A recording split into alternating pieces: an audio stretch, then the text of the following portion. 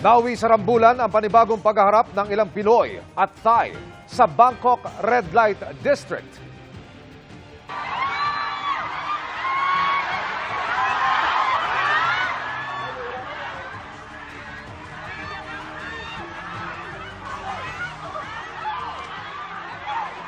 Ine-eskortan papalabas ng isang hotel ang mga Pinay transgender na inireklamo dahil umano sa pangaagaw ng mga customer. Pero hindi pa man nakakarating sa police vehicle, inatake na sila ng mahigit 100 Thai.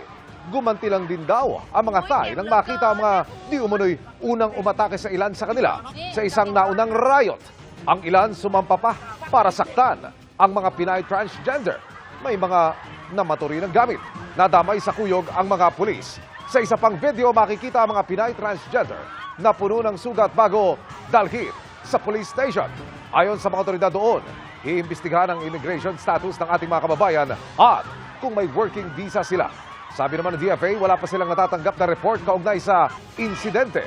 Gayunman, handa raw silang magbigay ng tulong.